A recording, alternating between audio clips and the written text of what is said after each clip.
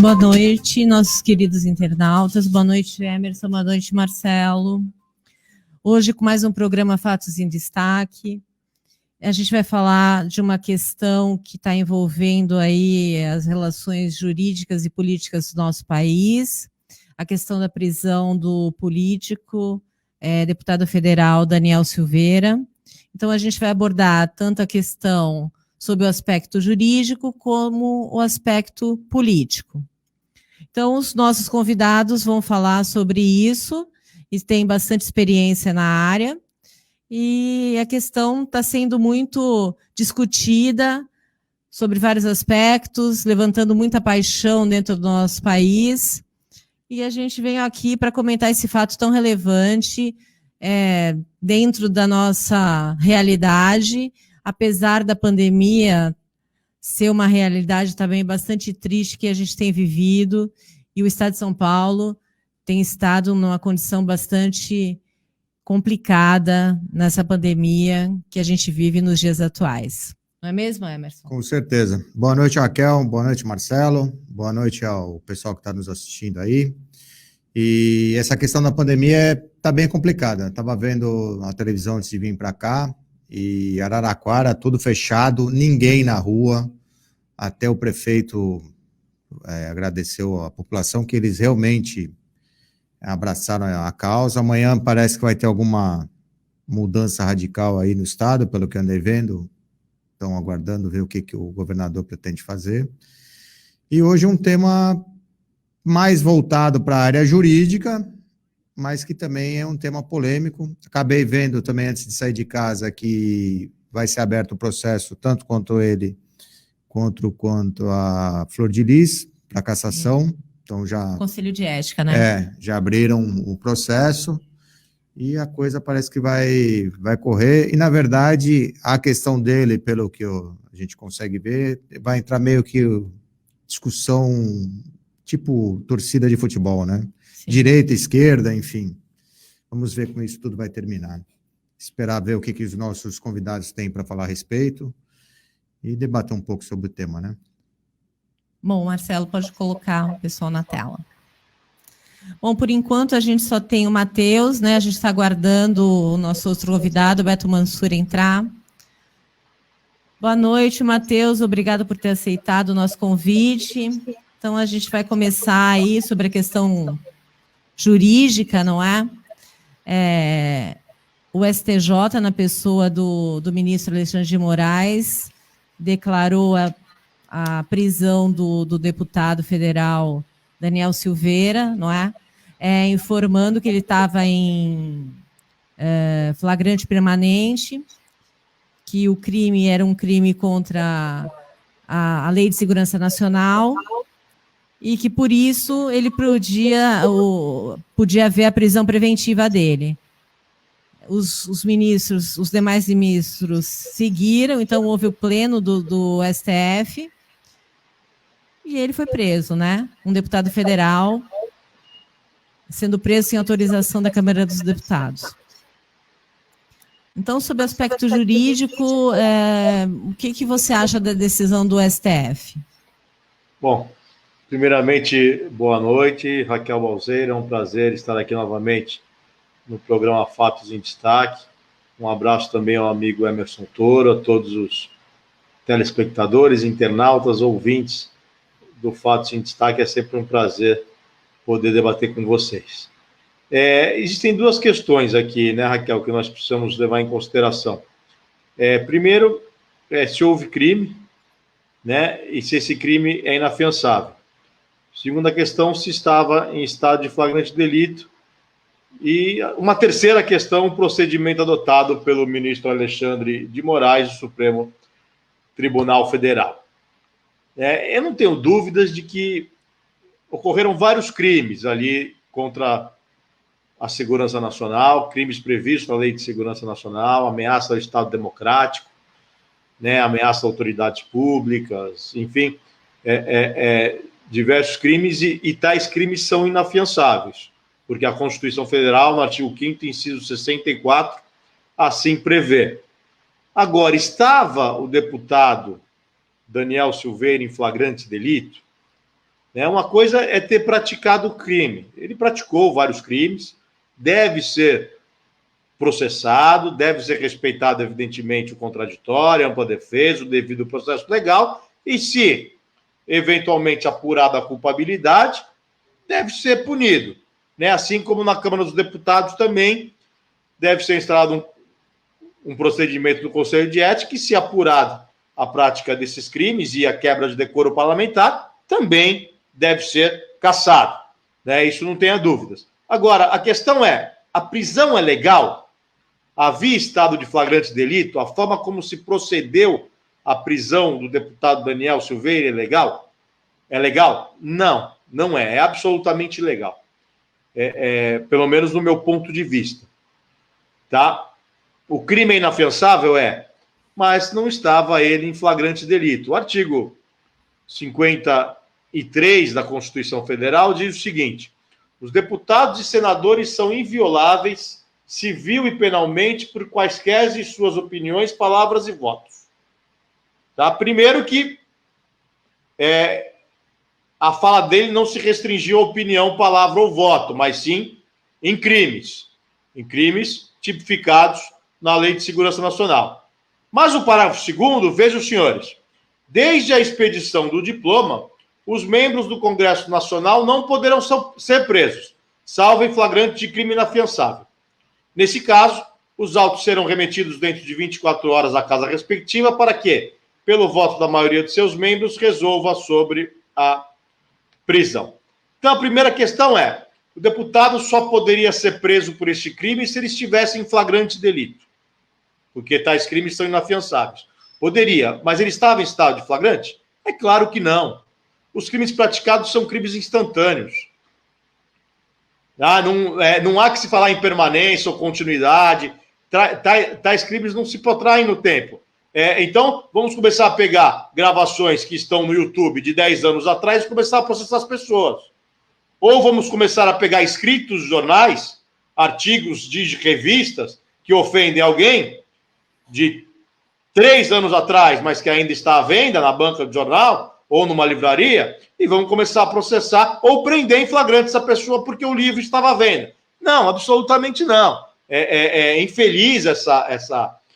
Aliás, decisão até contra os próprios precedentes do Supremo Tribunal Federal. O Supremo Tribunal Federal, nos casos comuns, não entende dessa forma. Né? Então, contrariando até precedentes do próprio Supremo, entendeu o ministro Alexandre de Moraes que ele estava em flagrante delito. Não estava em flagrante delito. A prisão, nesse ponto, é absolutamente legal. Uma outra questão que chama atenção: a falta de observância do procedimento, do devido processo legal. O artigo 310 do Código de Processo Penal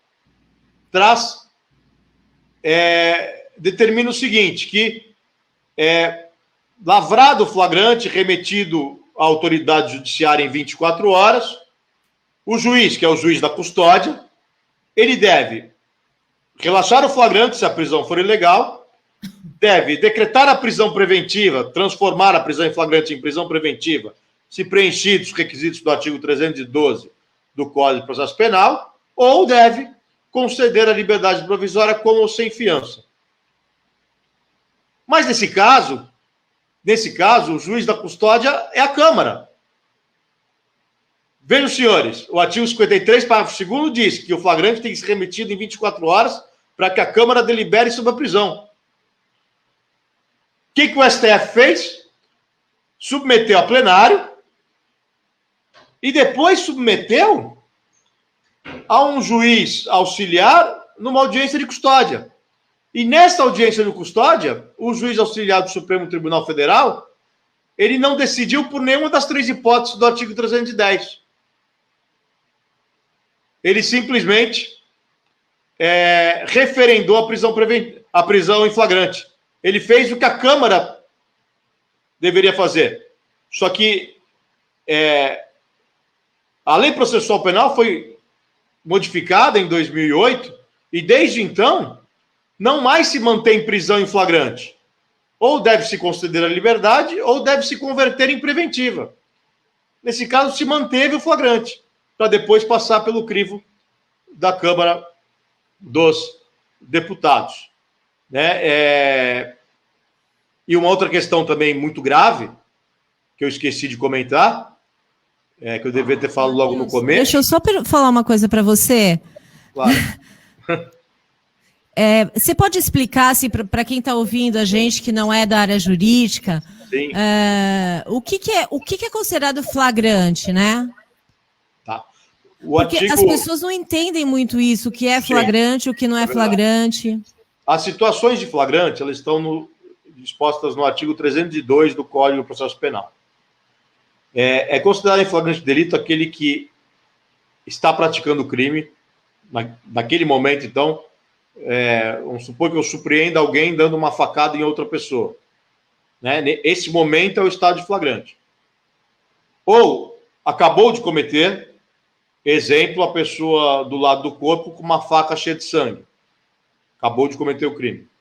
Ou é perseguido logo após a prática do crime, dando a entender que tenha sido ele o autor da infração. Por exemplo, pega ladrão, né? Você não viu o ladrão roubando, mas você viu ele fugindo, aí pega ladrão. Também está em estado de flagrante. Ou logo após, com documentos, com materiais do crime, instrumentos do crime, e esse logo após é entendido como no calor das diligências ali. Vamos dizer que teve um assalto a banco, a polícia começou a diligenciar e acha, né, 5 elementos dentro de um barraco com instrumentos do crime. Esse é o logo após. Né? Na verdade, o ministro ele não considerou nenhuma dessas hipóteses, mas a do artigo, salvo engano, 303, que fala dos crimes permanentes. Que quando o crime é permanente, a todo instante está em estado de flagrante. Por exemplo, o sequestro, né? O sequestro ocorre hoje, mas o sequestrado fica 30 dias no cárcere. Todos esses dias são estado de flagrante delito, né? Porque o crime é permanente. Então, o que considerou o ministro Alexandre de Moraes? Que tal crime era permanente porque o vídeo estava no YouTube. Não, esse crime é instantâneo. Ele foi praticado na hora da fala. Né? O fato de estar no YouTube só tá se dando publicidade a um crime anteriormente praticado. Né? Mas não é que ele esteja não é que ele esteja em estado permanente. Essa é uma discussão, mas a maioria dos doutrinadores aí, grande parte, pelo menos dos que ouvi nesses dias, realmente considera essa prisão ilegal.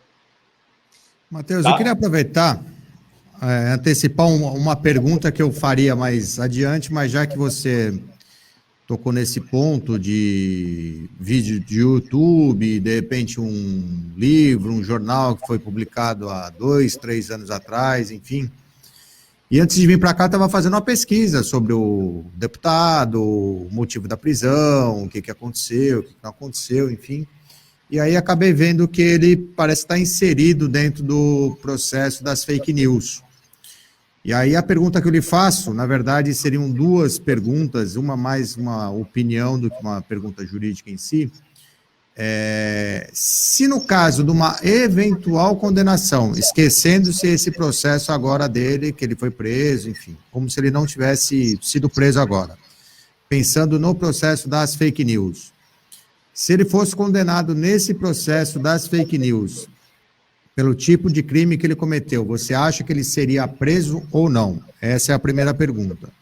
E a segunda pergunta que eu te faço é a seguinte: diante de todo esse imbróglio jurídico que fizeram, do STF ter passado por cima de alguns preceitos legais, de alguns entendimentos doutrinários, você acha que essa prisão, em face dele, em decorrência desse processo das fake news, foi uma forma do STF pressionar essas pessoas para tentar dar uma intimidada na questão das fake news, falar, olha, se vocês continuarem, a gente vai mandar prender, e pode ter a lei que for, a gente vai passar por cima, vai ignorar tudo, enfim. Você acha que é muita viagem da minha parte, ou, de repente, pode ser algo, falar, não, pode ser uma forma de querer intimidar?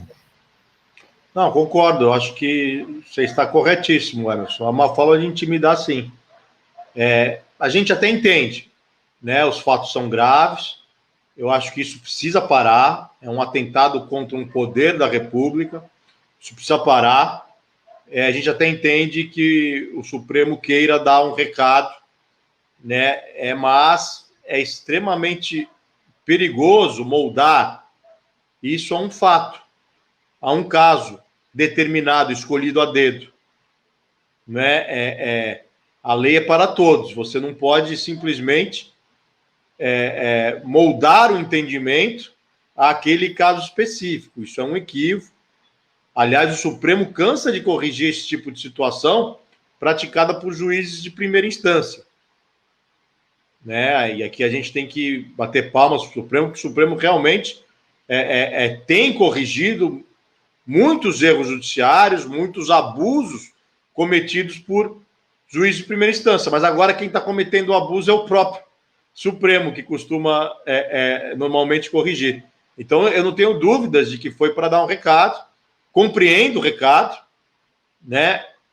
Mas isso é perigoso, não é a forma correta, porque está moldando para um caso específico e não está sendo igual, né? Aí o princípio da isonomia está sendo rasgado, além do devido processo legal. Agora, com relação à condenação, Emerson, depende muito do que se apurará nesse inquérito da fake news, desse inquérito das fake news. Pelo pouco conhecimento que eu tenho, porque eu não conheço o processo, mas pelo que a gente ouve dizer pela mídia, etc., né, essa investigação busca apurar o financiamento, né, de notícias falsas, né, e de notícias que atentem contra o Estado democrático. Vejam bem, se conseguir apurar essa rede de financiamento, certamente restará demonstrado o crime de organização criminosa. Né? Estando demonstrado o crime de organização criminosa e eventualmente sendo condenado por esse crime, pode ser que venha a ser preso sim, porque aí, somadas as penas dos crimes cometidos mais a organização criminosa, as penas ultrapassarão 4 anos facilmente, e aí já se prevê acima de 4, pelo menos, o regime semiaberto. Né? Então, em caso de condenação, podem virem a ser presos, mas eu só acredito que sejam presos se realmente for apurado o crime de organização criminosa, que é bem possível, se for levantada essa rede de financiamento, certamente haverá crime de organização criminosa aí. Tá? Então, é possível sim.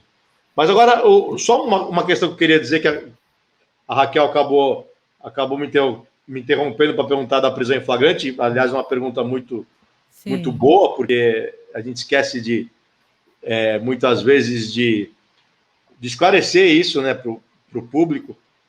Um outro erro crasso do ministro foi a expedição de mandado de prisão em flagrante. Não existe decretação de prisão em flagrante, nem expedição de prisão em flagrante.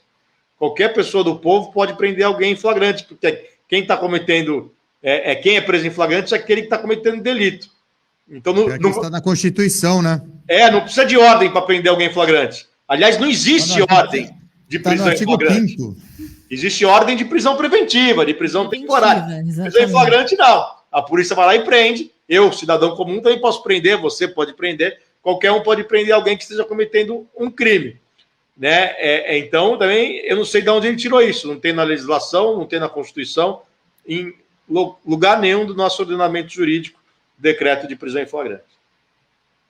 Você acha perigoso isso, Matheus, juridicamente falando, esse precedente que se abre numa situação dessa, de querer ou mandar um recado, ou... Eu que até estava comentando com a Raquel, acho que na própria introdução do programa, aquela discussão meio que de torcida, direita, esquerda, eu vou fazer porque é da direita e da esquerda pode fazer e eu vou fechar o olho. Você acha perigoso, no atual momento que a gente está, uma prisão da forma que foi feita, independente se ele cometeu crime ou não, se é crime contra a segurança nacional, aí é uma outra questão, abre-se processo, enfim, ampla defesa, essa situação toda. Mas eu digo, essa situação, e até esse fato que você levantou, expedir um mandado de uma prisão em flagrante, sabendo que não há necessidade de despedir um mandado. Inexistente, né? É. Inexistente. É uma situação complicada, né? Eu queria saber o que você acha diante disso, juridicamente falando, né? Eu acho muito perigoso, porque é ditadura do judiciário, né? Vamos dizer, é o abuso do poder estatal. Imaginem os senhores se cada juiz em cada comarca decidir agir como agiu o ministro Alexandre de Moraes. Né? Nós temos um abuso do poder estatal sem precedentes. Ainda mais na área penal. Não, mais na área penal, um atentado contra a democracia. Então, aquilo, mitigar o devido processo legal, mitigar o entendimento da prisão em flagrante, ainda mais entendimento já consolidado pelo próprio Supremo, tudo em razão de um único caso, seja para dar recado ou para não. Se é para dar recado, é mais perigoso ainda, né? Tem a necessidade de dar o recado ou não, o recado pode ser dado de outra forma, né? Com a celeridade processual, com uma exigência que um chefe de um poder pode fazer a outro para que esse deputado seja cassado, né? Dentro, lógico, respeitando dos seus limites, os limites da legalidade e tal, porque eu acho que é caso para cassação, né? Mas eu acho muito perigoso, tá? Independente de torcida, direita ou esquerda, né? É claro que os fatos são gravíssimos e essa ilegalidade também não absolve o deputado. Ele deve sim ser processado e severamente punido se ficarem os fatos comprovados e comprovada a sua culpabilidade. Matheus, eu acho que são duas coisas que precisam ficar bem claras, inclusive para as pessoas que estão ouvindo a gente, né? Uma coisa é a deliberação do ministro Alexandre de Moraes. A outra coisa é a atitude do deputado Daniel Silveira. Porque, assim, em primeiro lugar, ele ofendeu, ele faz parte de um poder e enquanto esse poder, ele ofendeu um outro poder. Então, já começa que a situação é uma situação absurda. E a outra situação é a invocação de um ato institucional que é absolutamente contra a própria casa que ele representa. Exatamente. Né? Um ato então, que fechou o Congresso. São situações assim, absurdas que ele praticou, antidemocráticas, que ofendem todos os princípios constitucionais e que não podem ser deixadas sem a devida condenação pelo ato que ele praticou. Sim. Agora, outra coisa foi o que o ministro fez. E uma outra situação que eu gostaria de comentar é a questão da invocação da Lei de Segurança Nacional, né? Essa invocação da Lei de Segurança Nacional, eu estudei bem essa lei, e ela também, na minha opinião, é muito temerária. Porque vários artigos dessa lei não foram recepcionados pela Constituição, quer dizer, eles não estão vigentes hoje, e vira e mexe, um dos poderes volta a trazer essa lei e invocar essa lei. E isso, para mim, é temerário também a nossa democracia. E eu gostaria da sua opinião quanto a isso.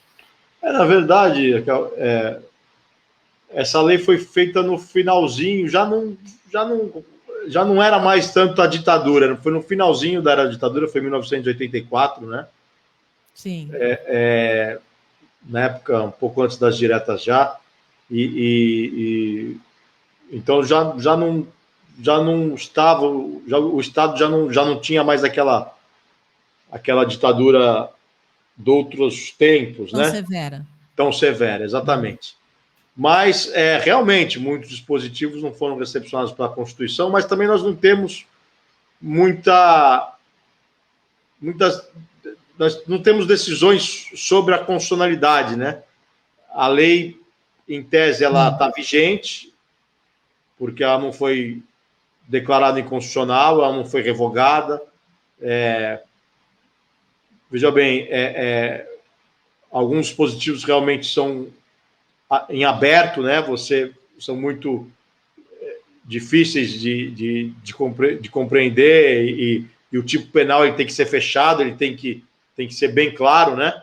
Mas também outros ali são bem claros, como ameaça a um chefe de poder, ameaça a um integrante de um poder supremo, né? Ameaça contra as instituições, ataque às instituições. Então, tem partes também que são bem claras e que evidentemente, foram recepcionadas pela Constituição também. Não é a lei inteira que não foi recepcionada pela Constituição e a lei inteira é inconstitucional. Sim. Não, alguns pontos realmente são inconstitucionais, mas outros tantos também estão vigentes e são válidos. Né? Por exemplo, esse das ofensas, acho que é muito claro: difamar o chefe de poder, né? Caluniar o chefe de poder, ameaçar o chefe de poder, porque deixa de ser opinião, né? Deixa de ser crítica. Nós sabemos bem a diferença entre opinião, crítica e ofensa, ameaça, né? Esse discurso de ódio, ele é ofensivo, ele é atentatório, ele é ameaçador. Isso não é opinião, isso não é crítica, isso não é liberdade. E as penas são muito maiores, né? Muito maiores do que dos crimes comuns, né?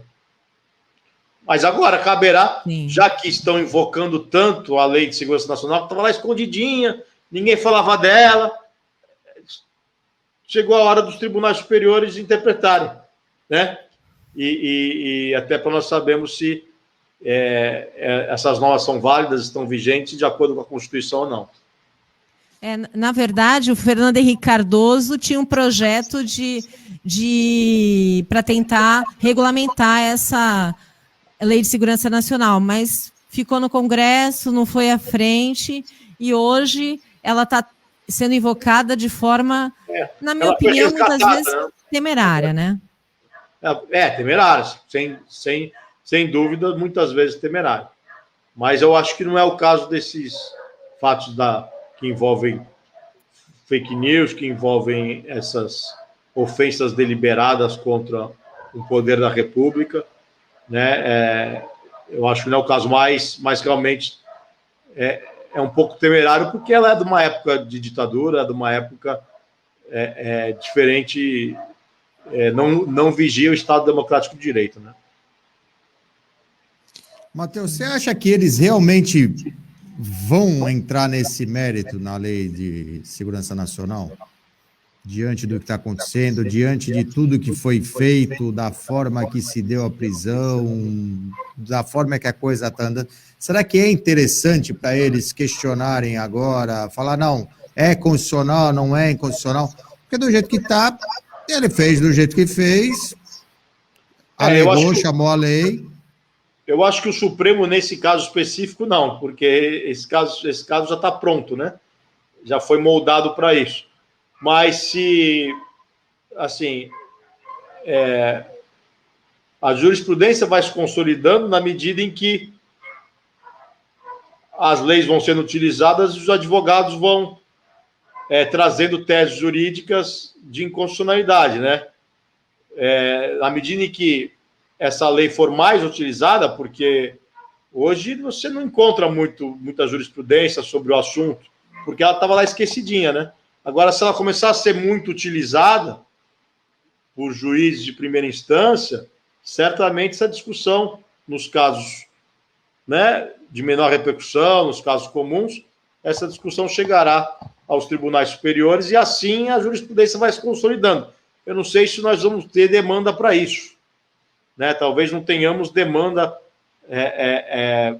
para a unificação de jurisprudência, né? Porque se é advogado, você sabe, a jurisprudência é unificada de acordo com a demanda sobre uma determinada matéria, né? Sobre o entendimento sobre um determinado tema, né? Então, eu não sei se vai ter entendimento suficiente sobre esse tema para unificar a jurisprudência, né? A ponto de se unificar a jurisprudência. Realmente não sei, e eu acho que não, porque está tanto tempo lá essa lei, e foi tão pouco utilizada, né? Outra coisa que eu queria aproveitar, desculpa, Raquel, até cortar aqui para não perder um pouco o fio da meada.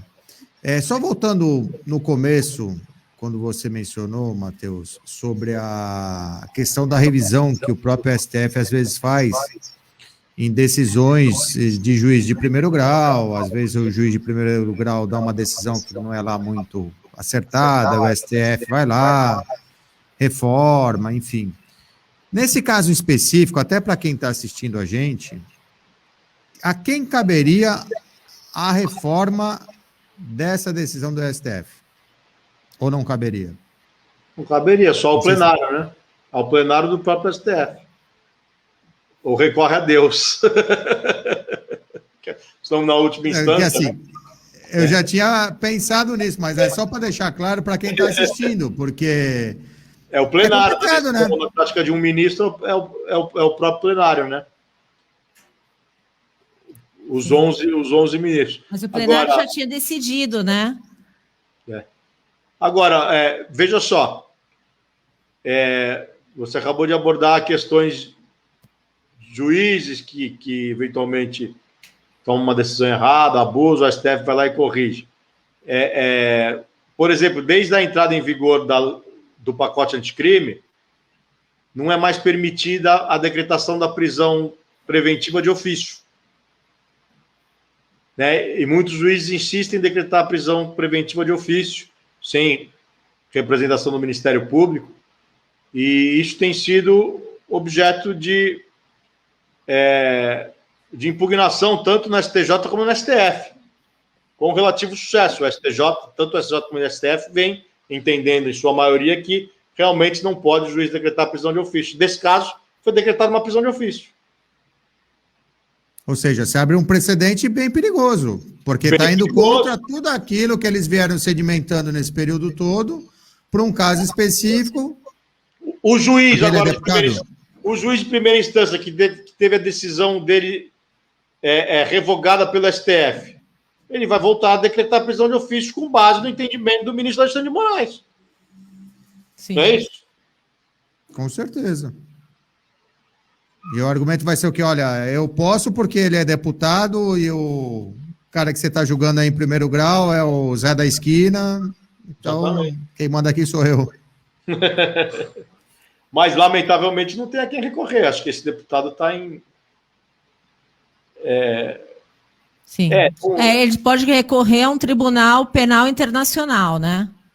Tribunal Penal Internacional, sim. Que eu acho que um dos partidos, não sei se é o próprio PSL, um dos partidos parece que fez uma representação no Tribunal Penal Internacional ou faria né, no Tribunal Penal Internacional. Não sei se já protocolaram isso, mas realmente pode. Até porque Entendi. É uma prisão abusiva que afronta os direitos humanos e pode ser levado, sim, internacionalmente, sem dúvidas, né? Sem dúvida nenhuma. Bom, mas eu acho que a questão foi... Ela deixou de ser abusiva a partir do momento que a Câmara dos Deputados ela deu aprovação para essa prisão. Aí eu acho que toda a questão cai por terra. A Câmara referendou, mas ela já tinha visto anterior a esse referendo da Câmara, né? Porque não foi prisão em flagrante. Mas você tem suas razões. Realmente, a Câmara referendou e ela, em tese, deixa de ser ilegal com o referendo da Câmara, né? Eu acho que a questão a questão fica, ela deixa de ter ilegalidade a partir do momento que a Câmara referenda essa possibilidade da prisão. Na minha opinião jurídica, ela deixa de ter essa ilegalidade, né? Supre a ilegalidade. É que ela nasceu de um vício, né? Sim. Isso é discutível, mas porque ela nasceu de um vício. Aí teria que discutir se essa... Mas realmente que foi referendado pela Câmara foi, né? Seria... mas agora vem o Conselho de Ética, né? Vai ter a cassação... Mas, na verdade, foi um precedente também muito complicado, na minha opinião, para a Câmara dos Deputados, né? Eu acho que a Câmara deveria, talvez não referendar a prisão, mas impor uma medida cautelar de afastamento do mandato, né? Até, não sei se isso é possível, sem vencimentos, até que se apurem os fatos, né? Até que seja julgado. Uma medida cautelar. Tem o artigo 319 do Código de Processo Penal, traz diversas medidas cautelares alternativas à prisão, e dentre elas o afastamento da função pública. Eu acho que talvez fosse suficiente para o caso concreto. O afastamento da função pública fosse suficiente, não precisaria da prisão nem flagrante, nem preventiva nesse caso. Matheus, deixa eu te fazer uma pergunta que a gente acaba vendo na internet, o pessoal comentando, enfim.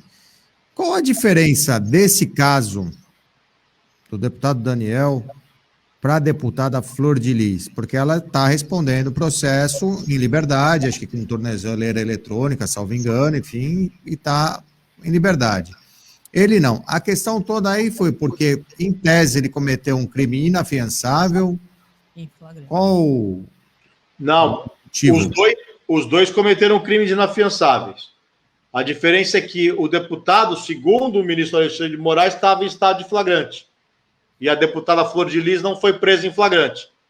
E o parágrafo 2º do artigo 53 da Constituição Federal diz que deputado só pode ser preso em flagrante por crime inafiançável. Não cabe prisão preventiva contra o deputado no exercício do mandato. Só porque a grande discussão que a gente vê é isso aí. O pessoal não consegue entender por que ela mandou matar o marido e está na rua, e o outro que, em tese, falou um monte de besteira, está preso. Mas agora acho que fica claro para quem está assistindo justamente isso. É um dos requisitos. Exatamente essa questão.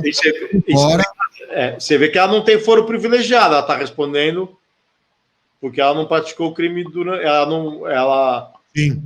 O crime dela não tem relação com o mandato, né? Então ela não tem foro privilegiado, ela está respondendo pelo Tribunal de Júri lá do Rio de Janeiro. Mas não pode ser decretada preventiva. Por quê? Só se admite a prisão em flagrante, desde que o crime esteja inafiançável. Ele é inafiançável, mas ela não foi presa em flagrante.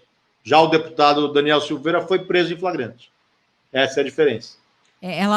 Ela pode vir a ser presa se a Câmara dos Deputados autorizar a prisão. Sim, aí é um outro procedimento, né? Porque é um procedimento administrativo, é ato privativo da Câmara dos Deputados. Exatamente. Não pode um juiz de direito decretar a prisão preventiva de um deputado. Porque acho que é o grande imbróglio na cabeça de todo mundo, né? Como é que, para uma situação, em tese, bem realmente, mais... a situação da deputada é muito mais grave, né? E a outra situação do deputado está preso, enfim, rola essa confusão na cabeça de todo mundo que não tem esse conhecimento aí. Bom, é incompreensível também como é que a Flor de Lis não foi caçada, né? Porque já passou um bom tempo da prática. Então, hoje, pelo que eu vi, foi autorizada a abertura do processo tanto contra ela quanto contra o deputado. Então, mas talvez o deputado praticou o crime há uma semana, ela já praticou o crime há mais de ano, né? Até por essa questão dessa polêmica toda, resolveram abrir um procedimento contra ela. Vamos abrir agora para não ficar tão feia a situação. Na verdade, a justificativa da Câmara dos Deputados é que não podia fazer uma sessão presencial do Conselho de Ética, né? É que a gente sabe que era o corporativo da Câmara dos Deputados a Flor de Lis, claro, né? Então, você faz uma sessão virtual, como está sendo feito judicialmente, como vem sendo feito tanto judicialmente como também nos parlamentos. Lá eles têm feito. Quando é do interesse deles, eles fazem. Que não tinha precedente, isso tinha que ser uma ata e tudo mais. Bom, difícil hoje em dia, né? No computador, na internet, é uma coisa extremamente difícil de se fazer algo virtual. Eles ainda devem receber alguma graninha para comprar computador, né? Certeza. Deve receber algum auxílio ainda. Certeza. A gente tem uma pergunta do internauta aqui. O Fernando Passos, ele está dizendo: nunca vi tanta rivalidade tão grande entre os três poderes. Aí ele está querendo a nossa opinião, querendo saber se isso não prejudica o desenvolvimento do nosso país. Acho que prejudica muito, mas quem alimenta essa rivalidade é o próprio povo, né? Você vê as discussões na internet, essa rivalidade vem sendo alimentada pela própria população que virou extremista, né? Você não tem mais meio termo, ou você é de direita ou você é de esquerda, não tem meio termo, não tem bom senso. Né? Quem tem bom senso está sendo considerado como de esquerda hoje, lamentavelmente. Né? Isso, evidentemente, é muito prejudicial. Os dois extremos são absolutamente iguais. Aqui vamos ser claros, vamos ser sinceros. Os dois extremos, eles são autoritários, os dois extremos impõem questões na marra, os dois extremos são absolutamente iguais. Então, eu acho que a população precisa refletir um pouco mais, precisa ter um pouco mais de bom senso, mais tolerância, né? Entender que nós vivemos numa democracia, que dos regimes, o menos pior continua sendo o regime democrático, e que nós precisamos de um pouco de paz para poder levar a vida e os governantes governarem com uma certa paz, né? Com uma certa comodidade. Matheus, na verdade, eu vou discordar de você só em um detalhe. Eu acho que a pessoa que tem bom senso hoje, ela é má vista pelos dois lados. Se ela tem bom senso e está conversando com alguém de direita, ela é considerada de esquerda. E se ela tem bom senso, está conversando com alguém de esquerda, ela é considerada de direita.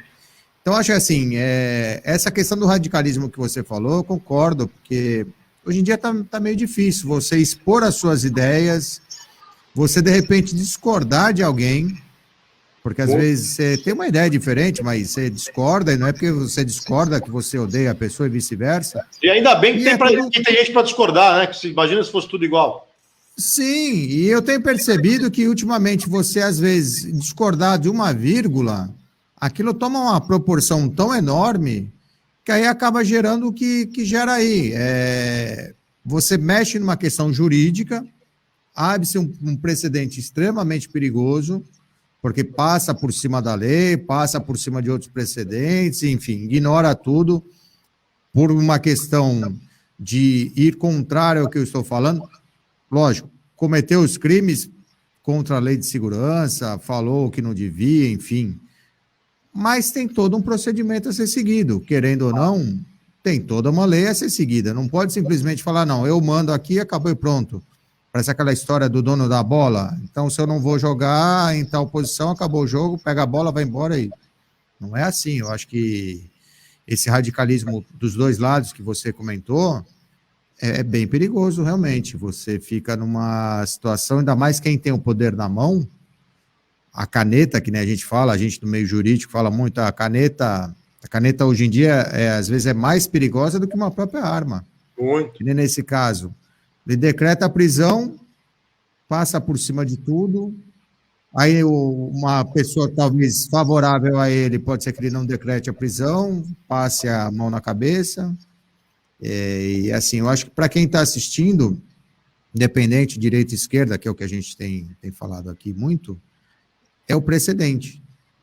Eu acho que o precedente é bem perigoso. Por isso que processo não pode ter capa, né? Justamente. Então, quando algumas pessoas criticam e falam assim, mas soltou fulano A, B ou C, processo não pode ter capa.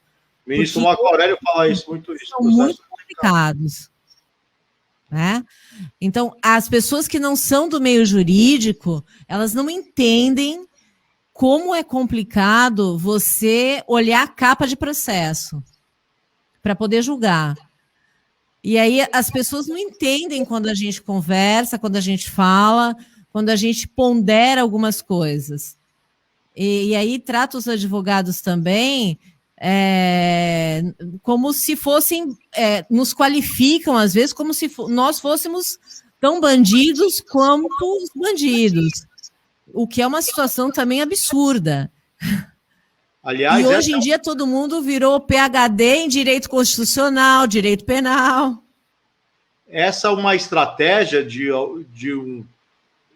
muitos radicais querendo demonizar a advocacia criminal, criminalizando a advocacia criminal, que é um verdadeiro absurdo. O advogado é essencial à justiça, é uma profissão prevista constitucionalmente, né? Advogado nenhum defende bandido, advogado defende o direito, né? Advogado está aí para defender esses abusos, não é mesmo? Imagina um processo só com juiz e promotor, o inferno que seria, né?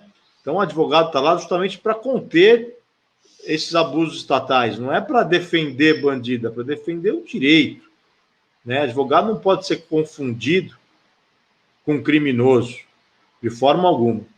Tá? Então, isso também é uma questão até que esse deputado fazia muito. Esse deputado, por exemplo, ele fez uma publicação, acho que em dezembro de 2020, dizendo que todos aqueles que eram contra, advogados, promotores, juízes, políticos que eram a favor da audiência de custódia, eram todos vagabundos. Agora ele estava implorando por uma audiência de custódia. Né? Então, é aquela história, né? Você não precisa de advogado criminal, até que alguém da sua família seja envolvido numa situação que você muitas vezes não tem nada a ver com a história e que você precisa de um advogado. Quem diria que o Sérgio Moro precisaria de um advogado, que o Deltan Dallagnol precisaria de um advogado, que esse deputado hoje, mesmo na qualidade de deputado, eu sei que já deve ter sido advogado antes, que pelo jeito já foi preso muitas vezes, até administrativamente, mas na qualidade de deputado precisaria de um advogado criminalista, porque ele achava que tinha imunidade, que ele estava acima do bem e do mal. Tá aí, né? Então, eu costumo dizer muito isso. Às vezes as pessoas... é muito comum isso, né? Bandido bom é bandido morto, para que direitos humanos, para que garantia? Olha, gente, cuidado. As garantias constitucionais são para todos, absolutamente todos. Né? Garantia não é para bandido, garantia é para o cidadão. E um dia você pode precisar dela. Normalmente, um dia, aqueles que muito falam, um dia irão precisar. A roda gira, e esses abusos se voltam contra o próprio abusador. Né? E é isso que a gente tem visto. E muita gente, Matheus, acha que não vou cometer crime. Basta você estar dirigindo um carro, atropelar alguém e matar. Exatamente. Ele já matou uma pessoa. Já é um crime. Você vai responder criminalmente por isso. Mas eu não tinha intenção. Aí você vai discutir dentro do processo se tinha intenção, se não tinha intenção, mas é da mesma forma, é um crime culposo. Mas você matou, você vai ter que responder criminalmente, você vai ter que ter um advogado criminal ali. E se tem uma falha processual, como é que faz? Sonegação fiscal. Tem gente que sonega imposto e diz que bandido bom é bandido morto. Quero ver. Sim, na hora que for também tem isso. Federal e for vai responder criminalmente. O pessoal acha que não, lavagem de dinheiro, por aí. Não, não é só isso. O fato de uma pessoa replicar nas redes sociais hoje um fato que é fato criminoso, ela é coautora. Sim. As pessoas não têm ideia do que é um crime hoje, um crime digital. Então, assim, qualquer pessoa é passível de um crime sem sequer saber. E as pessoas se encorajam atrás do computador, né, nas redes sociais. Essas pessoas que não têm coragem, muitas vezes, de ameaçar alguém pessoalmente ou de ofender alguém, o fazem na rede social como se isso não fosse nada, absolutamente nada. Né? E acabam não tendo a dimensão de que isso é crime e elas podem ser processadas. Exatamente. E hoje em dia você consegue printar tudo, você consegue puxar. Não, Hoje já tem foi a perícia época. que pega até se o sujeito apagou. Sim, já foi a época que a internet era terra sem lei, você fazia o que queria e ficava por isso mesmo. É bem por aí. E é importante também que a gente lembre que o deputado, ele está respondendo por mais 2 processos por essa situação, né? Porque ele ofendeu a policial, porque ele não queria usar máscara e ele praticou um crime naquela situação, e aí sim foi flagrante, né? Aí sim. E porque ele usou o celular dentro da Polícia Federal sem autorização. E postou um novo vídeo ofendendo novamente os ministros do Supremo. Já preso. Aí era caso para decretação da prisão preventiva, se fosse o caso, né? Continua praticando novos crimes, mesmo tendo sido preso em flagrante. Sim, sim. Então, são 2 situações que ele claramente não deu a menor importância para a prisão que foi decretada, ainda que tenha sido anulada, né? Nula, tivesse uma nulidade. E ele continuou praticando o crime.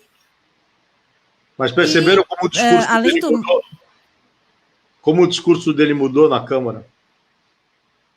Sim, exatamente, exatamente.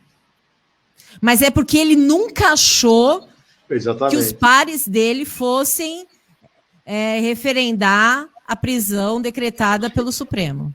Essa é a minha opinião, né? É o sujeito que pensa que pode tudo, que é inatingível, que a ele não chega. Né? Tem muitas pessoas que pensam dessa forma. Sim, exatamente. E não é por aí, né? Que a punição nunca vai chegar a ele, né? Exatamente. A lei é para todos. Eu acho que esse pessoal que entra nessa área política, alguns deles, eles acham que ainda vivem um passado, né? Que deputado, senador, deputado estadual, enfim, fazia o que queria, ficava por isso mesmo, não ia ser punido, não ia ser processado. Se eventualmente tivesse algum processo, acabava caindo numa prescrição, numa decadência, e acabava por aí. E eu acho que assim... Pode falar, Matheus.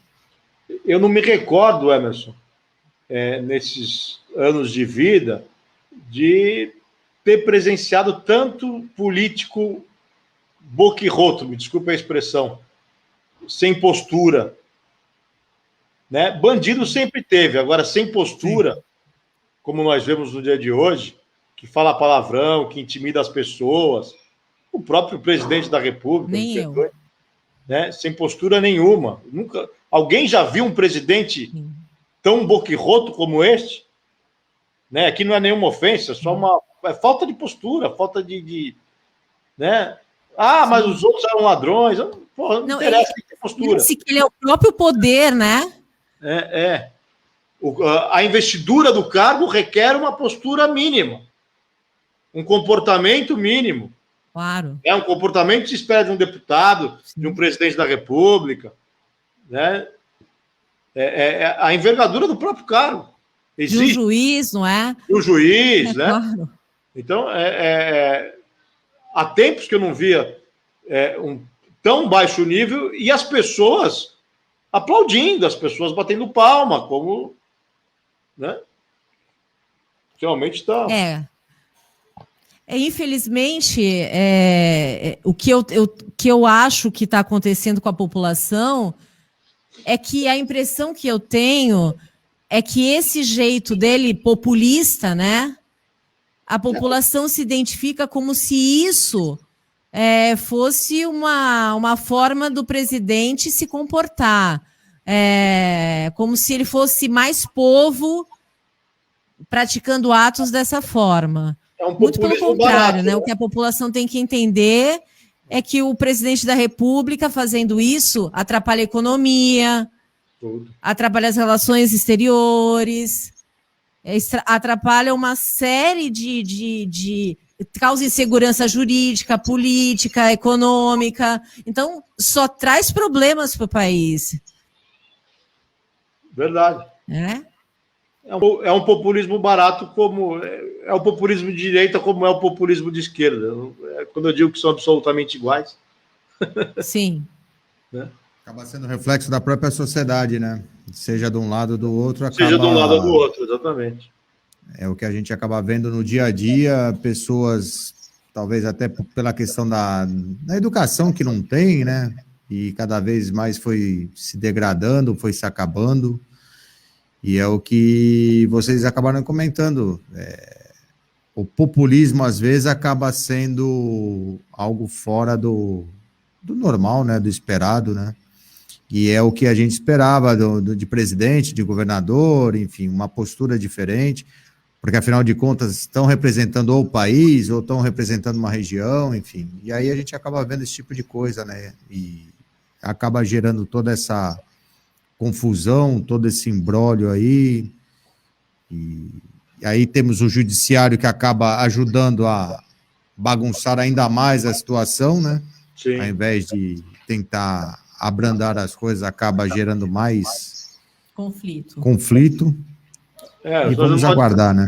Uma disputa de poder, né? Quem quer mandar mais? O judiciário gostou desse... o judiciário sentiu que pode mandar mais do que... o judiciário está indo além daquela... né, da resolução dos casos. Os juízes querem mandar além do que... Querem ter mais... que eles só esqueceram da questão do que eles podem sofrer processo de impeachment também, né? Sim, sim. Até a hora que chegar um deputado, um senador meio maluco e resolver tocar adiante. Falar... E ninguém está livre também da lei de abuso de autoridade, né? Sim. Tem isso também. Então, eu acho que a coisa começa a tomar um rumo, às vezes, meio perigoso e que muita gente ainda acho que não caiu a ficha, né? Exatamente. Bom, Emerson, vamos para o final, né? Matheus, obrigado por ter dado os seus esclarecimentos aí na área jurídica. Infelizmente, o Beto Mansur teve algum problema aí, acabou não conseguindo participar. Agradecer quem assistiu o programa. Boa noite, Raquel. Boa noite, Marcelo. Mais uma vez, Matheus, muito obrigado aí por ter participado do nosso programa aí. Boa noite e tudo de bom. Imagina, uma pena a ausência do deputado Beto Mansur, mas o programa foi bom.